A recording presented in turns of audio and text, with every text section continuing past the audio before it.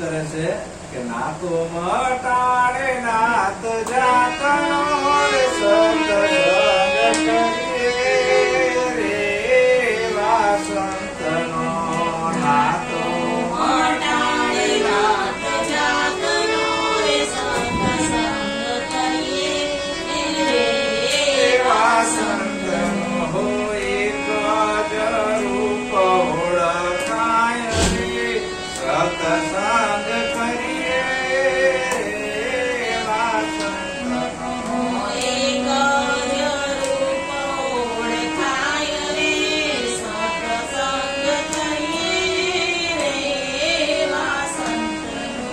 નાત અને જાત તો માણસોને બનાવેલ છે. કુદરતની બનાવેલી બે જાતિ સ્ત્રી અને પુરુષ.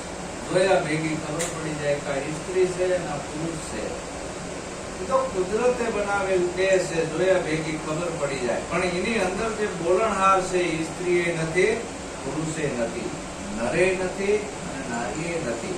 સાચા સદગુરુ મળતા નર નારીના ભેદ મટી જાય છે. સ્ત્રી પુરુષના ભેદ મટી જાય છે.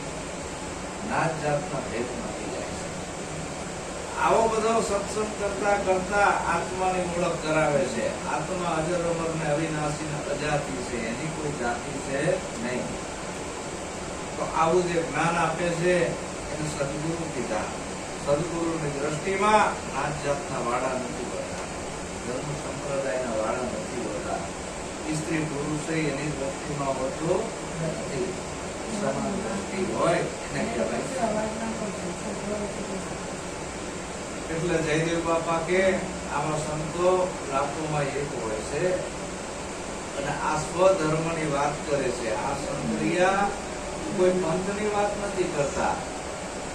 વિરાટ પંથને 350 વર્ષ થયા એટલે એને ધર્મ ના કહેવાય.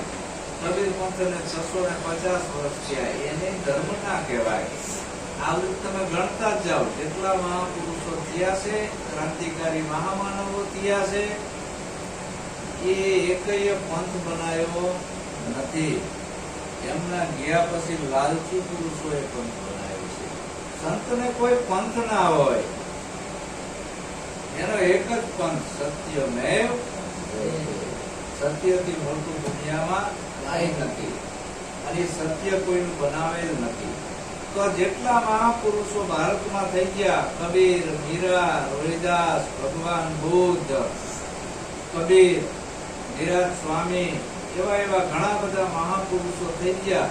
એ લોકોએ પંથ નથી બનાયા પણ સત્યની વાત કરી. શું કર્યું? સત્યની વાત. કે સત્યથી મોટું દુનિયામાં કાંઈ નથી. તો સત્ય એવું છે શું? સત્ય એવો તારો આત્મા છે. સત્ય એવો તારો આત્મા છે. આ શરીર નાશવંત છે.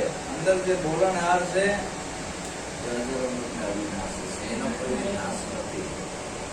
એને તું જાણી લે. તો જયદેવ બાપા કે જયદેવ કહે છે જીવન મારે સત્સંગ